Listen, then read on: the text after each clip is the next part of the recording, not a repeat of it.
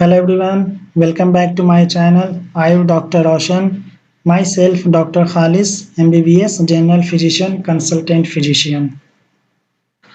तो आज मैं बात करने वाला हूँ डेंगू फीवर। डेंगू फीवर भी कॉमन टाइप का फीवर होता जा रहा है डे बाय डे और कभी न कभी किसी न किसी को हुआ ही होगा डेंगू फीवर। तो फीवर कैसे पता चलेगा कि हमें डेंगू फीवर है? जब डॉक्टर के कंसल्टेंसी में आप जब जाओगे तो वो फीवर प्रोफाइल कराएंगे, उसमें देखेंगे कि आपको किस टाइप का फीवर हुआ है, डेंगू फीवर है या किस टाइप का फीवर है। और हमने चैनल पे viral fever, typhoid fever, malaria fever, dengue fever, है ना, और नॉर्मल फीवर क्या होते हैं, कितने टाइप्स के फीवर होते हैं, तो ये सारा वीडियो हमने चैनल पे डाला हुआ है, आप वहाँ से और डिटेल देख सकते हैं। ठीक है, ये वीडियो बहुत ही इंपॉर्टेंट होने वाला है। जो मेडिकोज है उनके लिए तो है, ये जो नॉन मेडिकोज हैं उनके लिए भी बहुत ही इंपॉर्टेंट है। अगर किसी को डेंगू फीवर हुआ है तो आप इस तरीके से अपना ट्रीटमेंट ले सकते हो, और बेहतर होगा आप किसी डॉक्टर के सुपरविजन में लो, तो वो अच्छे से आपको टाइम टू टाइम गाइड करेंगे और आपको रिकवर होने में ज़्यादा टाइम नहीं लगेगा, जल्दी हो पाएंगे। और अगर हमसे कंसल्टेंसी लेना चाहे तो हम भी कंसल्टेंसी प्रोवाइड कराते हैं, आप हमसे भी ले सकते हैं। ठीक है, तो आइए डेंगू फीवर क्या होता है। और जो न्यू व्यूअर्स है प्लीज़ चैनल को एक बार ज़रूर विजिट कीजिए, आपको बहुत काम की चीज़ें मिलेगी।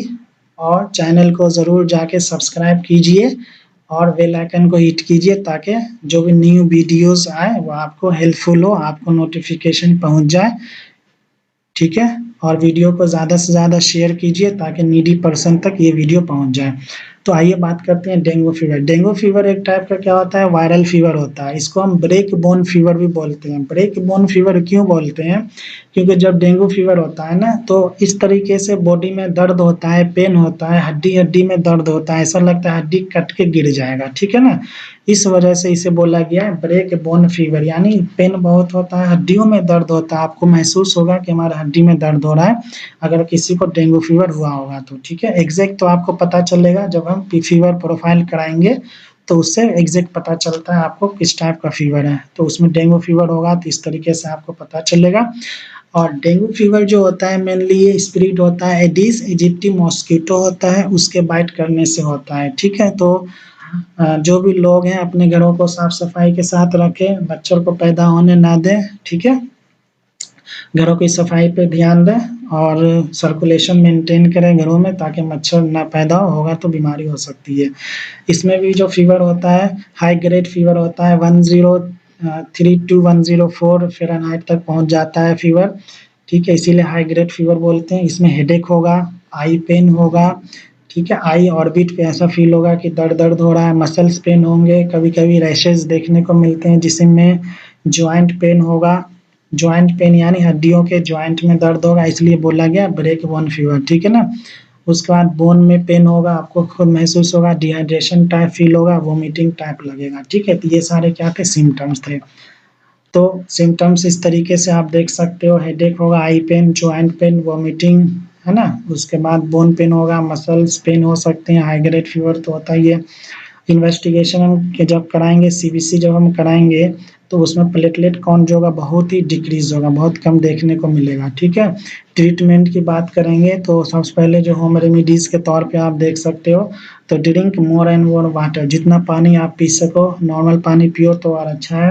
अगर नॉर्मल पानी ना पी पा रहे हो तो शिकंजी के फॉर्म में पियो और इलेक्ट्रॉल वगैरह मिला के पानी में पियो, उससे बहुत रिकवर होगा। पपाया खाइए, उससे प्लेटलेट काउंट बनता है। कीवी खाइए, उससे भी प्लेटलेट काउंट बढ़ता है, तो आपको रिकवर होने में आसानी होगी।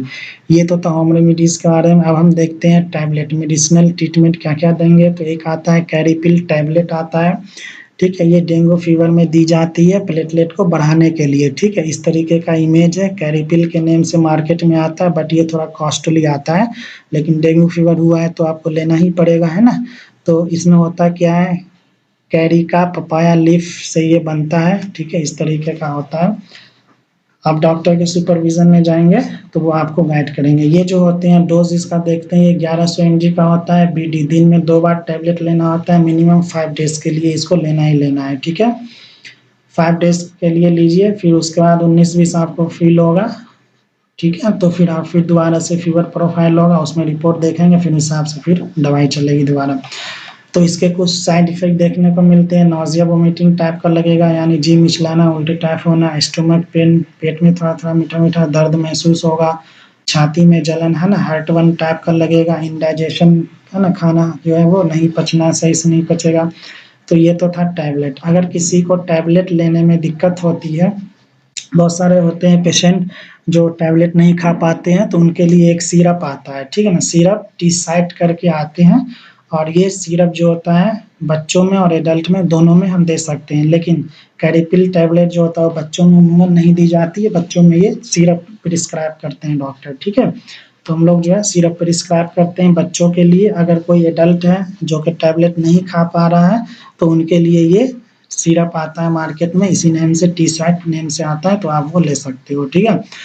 इसका डोज क्या रहेगा, 5 ml लेना है TDS, यानी दिन में 3 बार लेना है, मिनिमम 5 डेज के लिए लेना है, ठीक है। इसके भी कुछ साइड इफेक्ट दिखेंगे वैसे ही, नोजिया वोमिटिंग टाइप का लगेगा, स्टोमक पेन थोड़ा दिखेगा, हार्टबर्न होगा, छाती में जलन है ना, इंडाइजेशन टाइप का आपको फील होगा।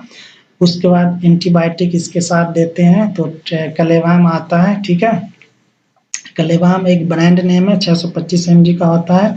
इसमें 2 कंपोजिशन होते हैं, एमोक्सिसिलिन होते हैं और पोटेशियम क्लेवुलेट होता है, ठीक है ना। इसमें 2 होते हैं, एक एमोक्सिसिलिन होता है, दूसरा पोटेशियम क्लेवुलेट होते हैं, जो कि आता है तो कलेवाम के नाम से भी आता है, या इस कंपोजिशन का दूसरा भी कोई ब्रांड ले सकते हो। तो इसके डोज को हम देख रहे हैं, तो इसका डोज क्या होता है आपका 625 mg का ये एक टैबलेट होता है, दिन में 2 बार लेना होता है, मिनिमम 5 डेज के लिए ये एंटीबायोटिक लेते हैं, ठीक है। तो ये जो है एक सुबह लिया तो एक शाम में लेंगे, इस तरीके से डोज चलेगा। तो अब यहाँ पे कुछ साइड इफेक्ट देखने को मिलेंगे, नौजिया वोमिटिंग टाइप लगेगा, इंडाइजेशन होगा, गैस गैस जा फील होगा, कभी कभी डायरिया भी देखने को मिला है, ठीक है। तो ये तो था सेपरेट सेपरेट। अब इसी को देखते हुए हमने एक समराइज फॉर्म में प्रिस्क्रिप्शन तैयार किया, आप देख सकते हो, और आप इसका स्क्रीनशॉट लेके आप ये दवाई भी ले सकते हो, ठीक है। तो सबसे पहले क्या देख रहे हैं, टैबलेट कैरिपिल देते हैं जो कि 100 mg का होता है 5 डेज के लिए, ठीक है, मिनिमम 5 डेज लेना होता है। बाकी फिर आप दोबारा से फीवर प्रोफाइल होगा, उसमें हम देखेंगे रिकवर कितना है, फिर उस हिसाब से मेडिसिन चलेगा, डॉक्टर देखते हैं फिर मेडिसिन चलता है। अगर किसी को कैरिपिल टैबलेट खाने में दिक्कत हो रही है, तो हम ये सिरप टी-साइट देते हैं, TDS देते हैं, 5 ml लेना होता है दिन में 3 बार, और ये बच्चों को मेनली देते हैं सिरप। अगर किसी एडल्ट को मेडिसिन लेने में, ये टैबलेट कैरिपिल लेने में दिक्कत है, तो हम उसको जो है ये सिरप दे सकते हैं। दूसरा आता है कलेवाम, एंटीबायोटिक होते हैं जो कि 625 mg के होते हैं, 5 डेज लेना होता है, दिन में 2 बार, ठीक है। उसके बाद फीवर को कम करने के लिए डोलो आता है 650 mg, दिन में 1 बार लेना होता है, 6 आवर के गैप में मिनिमम लेना है। अगर फीवर कम हो रहा है, कंट्रोल हो रहा है, तो फिर नहीं लेना। अगर फीवर एक डोलो लिया, फीवर कम हुआ, लेकिन कुछ टाइम के बाद फिर आ गया, तो दोबारा एक ले सकते हैं। फिर गैस के लिए हम देते हैं टैबलेट पैन 40 जो कि 40 mg का होता है, इसको एम्प्टी स्टोमक देते हैं। तो एम्प्टी स्टोमक कब, आदमी जब सुबह उठता है सो के, तो उस टाइम एम्प्टी स्टोमक ही रहता है, तो उस टाइम आपको लेना, और लेने के मिनिमम हाफ एन आवर के बाद कुछ खाना पीना है। अगर आपको वोमिटिंग टाइप का फील हो रहा है, तो टैबलेट वेंडम आता है जो कि 4 mg का होता है, इसको आप ले सकते हो। वोमिट होने पे, नौजिया टाइप लगने पे एक टैबलेट लेना होता है, ठीक है। उसके बाद हम कुछ मल्टीविटामिन टैबलेट देते हैं जो कि ताकत के लिए देते हैं, कि आपको जिसमें ताकत मिले, आपका सेल जल्दी से जल्दी रिपेयर हो, तो आप जल्दी रिकवर हो पाओगे। तो टैबलेट मल्टीविटामिन सप्लीमेंट होता है, ये किसी ब्रांड का आप ले सकते हो अपने नियर बाय, और ये जो है दिन में 1 बार लेना होता है। यानी मेन जो है मल्टीविटामिन लेने का टाइम डॉक्टर ऐसे बोलते हैं कि रात में आप लोग खाना वाना खा के लेके सो जाओ, तो वो ज़्यादा इफेक्टिव होता है। और मल्टीविटामिन का जो डोज होता है मिनिमम 20 डेज के लिए लेना होता है, और 1 महीना लो तो और ज़्यादा अच्छा रहेगा, ठीक है। तो ये आपका डेंगू फीवर के बारे में था, जो कि हमने एक समराइज फॉर्म में आपको बताने की कोशिश करी है। आई होप ये वीडियो आप लोग को पसंद है, और ज़रूर एक बार चैनल को विजिट कीजिए, आपको बहुत काम की चीज़ें मिलेगी।